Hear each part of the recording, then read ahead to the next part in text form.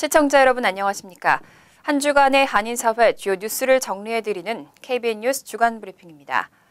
다수의 한인 후보가 출마하면서 관심이 모아졌던 이번 뉴저지 본선거에서는 선출직에 출마한 한인 후보 6명이 모두 당선에 성공했습니다. 그중 캠든 카운티 체리힐에서는 수잔신 앵글로 시장 후보가 당선되면서 뉴저지 최초의 한인 여성 시장이 탄생했습니다. 임동규 기자가 보도합니다. 시장 선거와 시의원 선거에 다수의 한인 후보들이 출마해 관심이 모아졌던 이번 뉴저지 본선거에서 선출직에 출마한 한인 6명 모두 당선에 성공했습니다. 먼저 뉴저지주 캠든 카운티 체리힐에서 수잔신 앵글로 시장 후보가 당선에 성공해 뉴저지 최초의 한인 여성 시장이 탄생했습니다. 팰리세이즈 파크의 앤디민 시의원도 마이클 비에트리 후보와 함께 3년 임기의 첫 선출직 당선에 성공했습니다.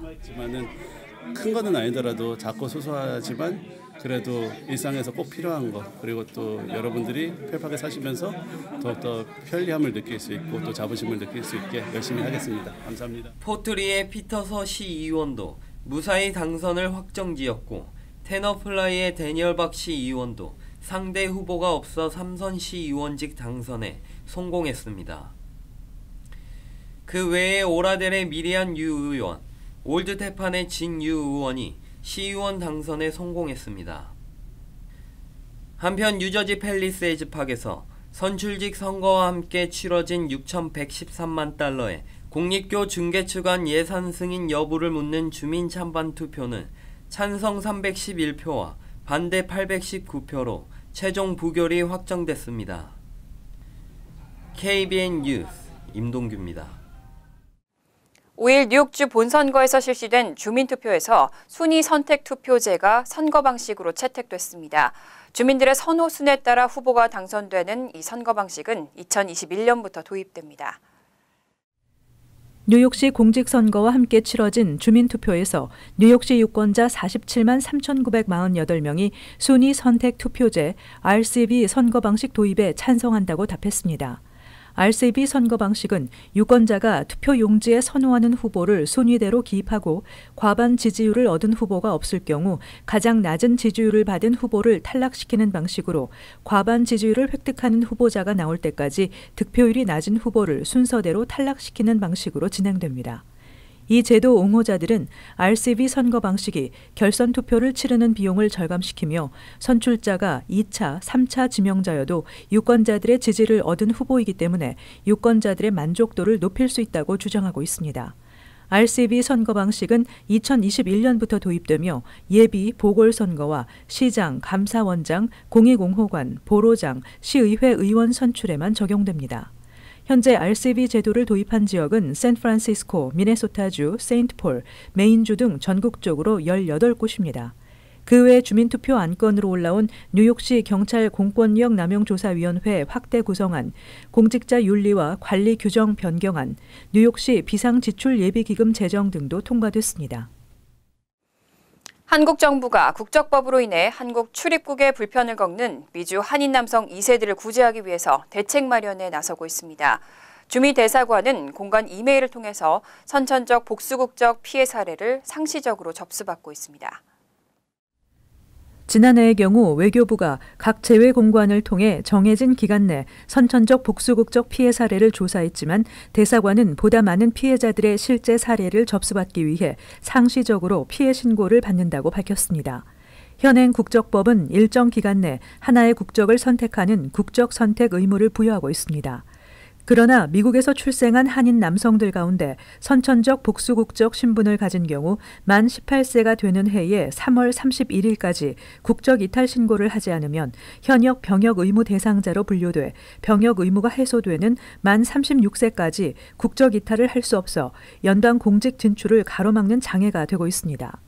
이에 따라 미주 한인사회는 지속적으로 국적법의 이 같은 문제점을 제기하며 법의 개정을 요구해왔지만 아직까지 아무런 대책이 마련되지 않고 있습니다.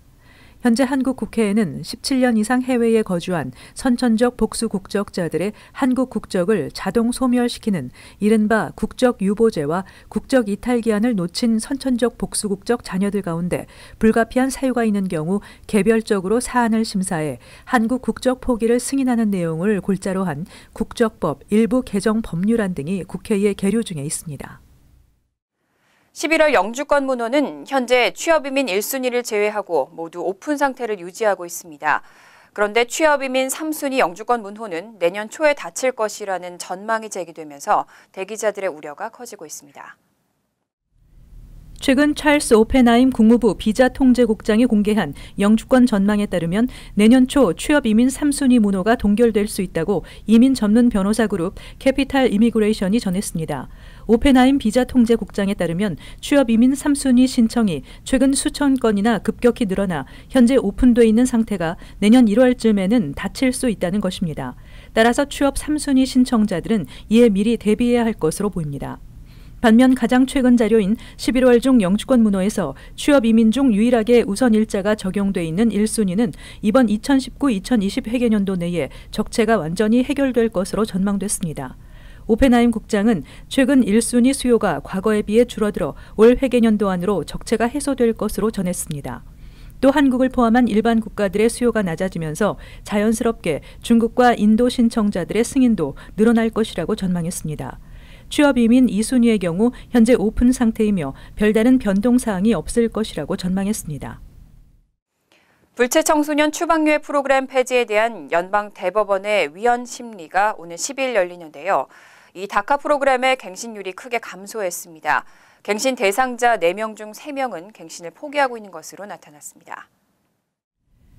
연방이민서비스국에 따르면 내년 1월 다카 만료를 앞둔 다카 수혜자의 27%만이 다카 갱신을 신청한 것으로 집계돼 4명 중 3명은 갱신을 포기하고 있는 것으로 나타났습니다. 또한 내년 2월 기한 만료를 앞둔 수혜자들은 14%만이 갱신 신청을 하는 등 갱신율이 크게 감소하고 있습니다. 이 같은 현상에 대해 이민 전문가들은 오는 12일 예정된 연방대법원의 다카 폐지 위헌 심리 판결에 따라 다카 프로그램의 운명이 결정되기 때문에 수혜자들이 높은 수수료와 개인정보 제출을 꺼리고 있는 것으로 분석하고 있습니다. 트럼프 행정부는 2017년 9월 6개월간 유예 기간을 두고 2018년 3월 5일부로 다카를 폐지한다고 발표한 바 있으며 뉴욕을 포함한 각 주에서 잇따라 이에 위헌 소송을 제기했고 뉴욕, 캘리포니아, 워싱턴 DC 등 3곳의 연방지법과 샌프란시스코 소재 제9항소법원에서 폐지 불가 판결을 내리면서 갱신 신청만 받고 있는 상황입니다. 연방대법원은 연방법무부가 지난해 연방항소법원의 다카 존속 판결에 불복해 상고한 다카 폐지 소송건을 오는 11월 12일 심리할 예정으로 빠르면 내년 봄이나 초여름쯤 최종 판결이 나올 것으로 예상됩니다. 이민서비스국 통계에 따르면 다카 수혜자는 현재 전체 66만 880명 정도이며 이 중 한국 국적은 6,540명으로 멕시코 52만 9,760명, 엘살바도르 2만 5,350명, 그리고 과테말라, 페루에 이어 6번째로 많았습니다. 뉴욕 주정부가 내년도 예산 부족으로 인해 메디케이드 관련 지출을 삭감할 움직임을 보이고 있습니다. 메디케이드 프로그램을 위한 재정 부담이 크다는 입장입니다. 앤드류 쿠오모 주지사는 메디케이드 관련 혜택이 늘어나는 것은 좋은 일이지만 연방정부 지원이 줄어들었고 메디케이드 프로그램을 위한 재정 부담이 크다며 주정부는 내년도 예산 부족으로 어려움을 겪을 것이라고 지적했습니다. 주정부는 내년 회계년도 예산이 30억에서 40억 달러가 부족할 것으로 내다보고 이를 대비해 각종 메디케이드 지출 삭감을 고려하고 있습니다. 뉴욕주는 지난 회계년도에 메디케이드 프로그램을 통해 의료기관에 지급해야 할 의료비 17억 달러를 이번 회계년도로 넘긴 바 있어 시민단체들의 우려를 사기도 했습니다. 한 보고서는 현 회계년도에서 지급해야 할 의료 비용 중 최고 20억 달러를 다음 회계년도로 또다시 연기할 것을 제안하기도 했습니다. 이런 가운데 톰 디나폴리 주 감사원장은 주정부의 예산 관련 상황과 대책을 보다 구체적으로 밝힐 것을 요구했습니다.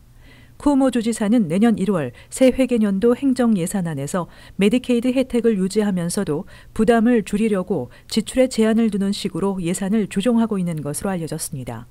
시민단체들은 메디케이드 의료비 지불 연기가 반복되는 것은 심각한 상황을 예고하는 것이나 마찬가지라며 주지사에게 당장 다른 해결책을 찾을 것을 요구하고 있습니다. 전자담배 흡연으로 인한 사망자가 전국적으로 증가하고 있는데요. 뉴저지주는 전자담배의 판매세를 올리고 판매 라이센스의 규정도 강화하고 있습니다. 뉴저지주는 11월부터 담배와 전자담배 제품 판매세법을 시행하면서 전자담배에 10%의 세금을 부과하기 시작했습니다. 또 판매상에 대해 보다 강력한 라이센스 발급과 갱신 규정을 적용하기로 했습니다. 뉴저지주 정치인들은 전자담배 판매와 관련해 소매업자들에 대한 규제가 허술하다고 지적해왔으며 전자담배로 한 질병 환자가 증가하고 사망자가 발생함에도 불구하고 시장 규모가 커진 데 비해 주정부 세수가 크지 않았던 것을 문제로 지적해왔었습니다. 주정부와 주의회는 이번 조치로 주민들의 전자담배 사용이 줄어들 것을 기대하고 있습니다. 한편 전자담배 흡연이 원인으로 추정되는 폐 질환을 앓다 숨진 환자 수가 2달 사이 39명으로 늘어났습니다. 일리노이주 보건부는 전자담배 사용과 관련한 주 내 3번째 사망자가 나왔다고 발표했습니다. 지난달 뉴욕시 주택 가격이 큰 폭으로 하락했습니다. 뉴욕시에서 무려 4,000개에 달하는 주택의 리스팅 가격이 떨어졌습니다. 부동산 전문 사이트인 리얼티홉이 가격이 떨어진 약 4,000채의 리스팅을 분석한 결과 이 중 낙폭이 가장 큰 지역은 퀸즈 롱아일랜드 시티인 것으로 나타났습니다. 퀸즈 브릿지 롱아일랜드 시티의 낙폭 중간값은 200만 달러로 전달에 비해 리스팅 중간값이 21.1% 떨어졌습니다. 맨하탄의 소호, 트라이베카, 리틀 이태리의 낙폭 중간값은 20만 달러로 뉴욕시에서 두 번째로 많았습니다. 브롱스의 모리시아니아, 멜로즈는 낙폭 중간값이 15만 달러, 맨하탄의 어퍼 이스트 사이드는 13만 달러, 브루클린, 스타레시티는 10만 달러인 것으로 조사됐습니다. 한인 밀집 지역의 경우 낙폭은 상대적으로 크지 않은 것으로 나타났습니다. 베이사이드에서 한 달 사이 리스팅 가격을 낮춘 주택의 수는 29채로 낙폭 중간값은 전달에 비해 4.08% 더 떨어진 3만 달러로 조사됐습니다. 플러싱은 40개의 리스팅의 가격이 하향 조정됐으며 낙폭 중간값은 3만 달러이며 오클랜드 가든의 경우 총 10개의 리스팅 가격이 하향 조정됐으며 낙폭 중간값은 10,000달러였습니다. 리스팅에서 가격을 낮춘 주택의 수는 맨하탄 이스트 미드타운으로 주택 리스팅 중 245채의 가격이 하향 조정됐습니다. 어퍼 이스트 사이드는 225개의 리스팅, 첼시, 허드슨 야드, 유니언 스퀘어는 161개 리스팅의 가격이 전달에 비해 떨어졌습니다. 뉴욕시는 스쿨존의 과속 감시 강화를 위해서 지난 5월부터 카메라 설치를 대폭 늘리고 있습니다. 카메라 운영 시간도 주중 오전 6시부터 오후 10시까지로 연장됐습니다. 지난 3개월 동안 시 전역 스쿨존에서 100만 건 이상의 속도 위반이 적발된 것으로 조사됐는데요. 앞으로도 스쿨존의 카메라 설치는 더 확대될 전망입니다. KBN 뉴스 주간 브리핑 여기서 마칩니다. 시청해주신 여러분 고맙습니다.